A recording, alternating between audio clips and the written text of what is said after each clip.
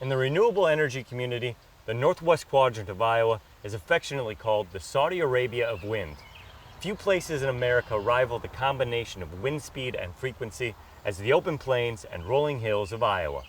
While there are thousands of wind turbines in place across the state, few Iowans ever have the opportunity to climb one. In Greene County, a small wind farm temporarily shut down a turbine to help us show you Iowa from above. Wind turbines. For millenniums, these elegant tools were used across the planet to grind grain and pump water.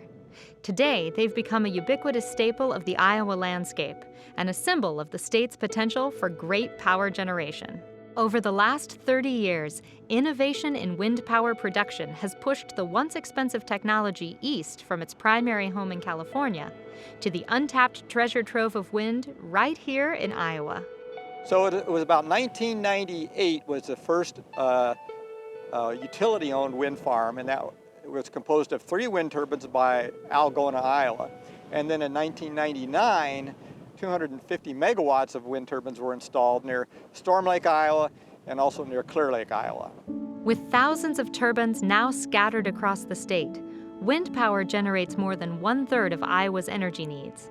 And surprisingly, that power generation is not due to Iowa's heavy power consumption or our great need for an alternative fuel source, but simply location. I've always said that Iowa is in a sweet spot. We have good wind resources here, like we have here today, but it's really not as windy here as it is in North Dakota and South Dakota and Nebraska. If you go to Illinois or Indiana, they have a lot more people, a lot more need for electricity, but it's not as windy. It makes more sense to put the wind turbines here where they can be tied into the high voltage grid and deliver the power to the people. And some of the wind power that's generated in Iowa actually goes into other states. One of the greatest beneficiaries of the rise in wind power has been farmers. While it took some time for them to warm to the prospect of erecting massive towers in their fields, the incentive to do so made the turbines attractive real quick.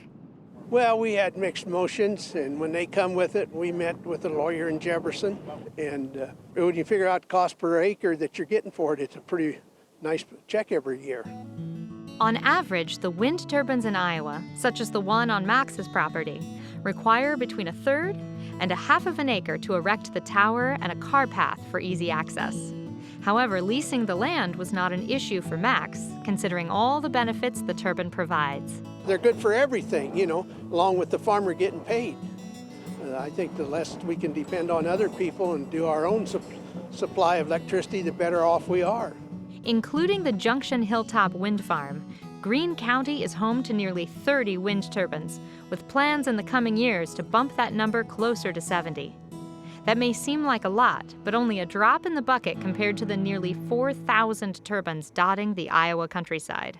I think what everybody has learned here is that if you put wind turbines out in areas where there just aren't very many people, then it really doesn't bother anybody. The income that they produce for the landowners and the community and property taxes and all that, people think that's a reasonable trade-off and they think that's fair. But more than dollars and cents, these skyscraping power cells offer something previously unattainable to many of these areas: a chance to climb to the skies and see their world firsthand from above. Okay, so have you ever put on a climbing harness before? It's been a very long time, so assume I don't know. Well, that was a yes. In theory, climbing a wind turbine is no different than climbing a rock wall or building. To make sure you're safe at all times, technicians and turbine visitors are required to wear a full body harness, gloves, and glasses. Feel comfortable? If seeing all these precautions gives you pause, know that the crew overseeing today's climb have been extensively trained in wind turbine safety and helping those interested in making their own ascent. It's very safe to climb a wind turbine. We have very extensive safety training that we provide all of our employees long before they're ever allowed to enter a wind turbine. The wind turbine itself has a lot of integrated safety equipment that ensures people are not exposed to fall hazards or electrical hazards in their normal course of action inside the machine. Chief among those safety measures is a practice known as 100% tie-off, where climbing cable latches and twin-tailed fall arrest lanyards are used to connect climbers to the tower at all times. But the number one factor in determining if a climb is possible is weather. Your wind speed limits are 53 miles an hour, so beyond that we don't allow access into the machine. You need to have no ice presence so that there's not a risk of falling ice for personal injury or damaging equipment, things like that. With acceptable wind speeds and no ice present, it's time to climb. I'm going, here we go. Inside of the Junction Hilltop Towers is a technical console, the staging area, and of course the 260-foot ladder. And the only way to reach the top is climb. However, before I could start my ascent, Nick and his crew made sure to go over best climbing practices and review each piece of safety equipment one more time. All right, so this is happening, huh? All right, here we go. Climbing nearly the length of a football field into the sky is no easy task. Thankfully, the towers have 3 platforms that allow for climbers to rest, as well as a port to watch other climbers scale the ladder. At this point, you may be wondering, who exactly is allowed to climb a wind turbine? Well, the answer may surprise you. People that have the privilege of working in the wind energy industry or owning wind energy facilities have the opportunity to climb wind turbines. And beyond that, friends and family can join wind turbine owners for a climb when a turbine is shut down for routine maintenance. For instance, Junction Hilltop has invited Greene County residents, senior citizens, and college students to scale its towers. Tom Wind, who has climbed many towers throughout his career, still sees wind turbines as an inspiring feat of engineering, as well as a gift to society. It still amazes me when I'm near a wind turbine that those blades traveling through the air can extract so much power. No fuel is used. You don't have to write a check to an oil company or to a coal company. It's helpful to the environment and it's good for everybody around. The full effect of Tom's thoughts are easily felt once you climb into the nacelle, or engine room at the top of the turbine. With just a few final steps out onto the roof, the scale of the blades is incredible, and the experience, unparalleled.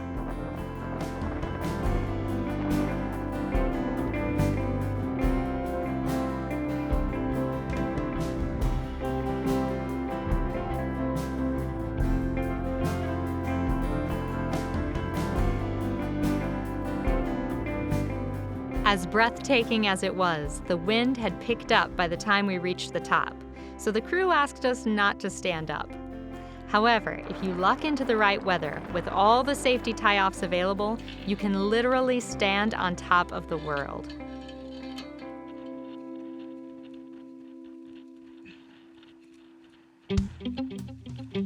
Once you've had your fill of life on top of a turbine, all that's left is the climb down. While much easier than climbing up, the visual can potentially induce vertigo. So if you have the opportunity to ascend a turbine, remember, there's no escaping the descent.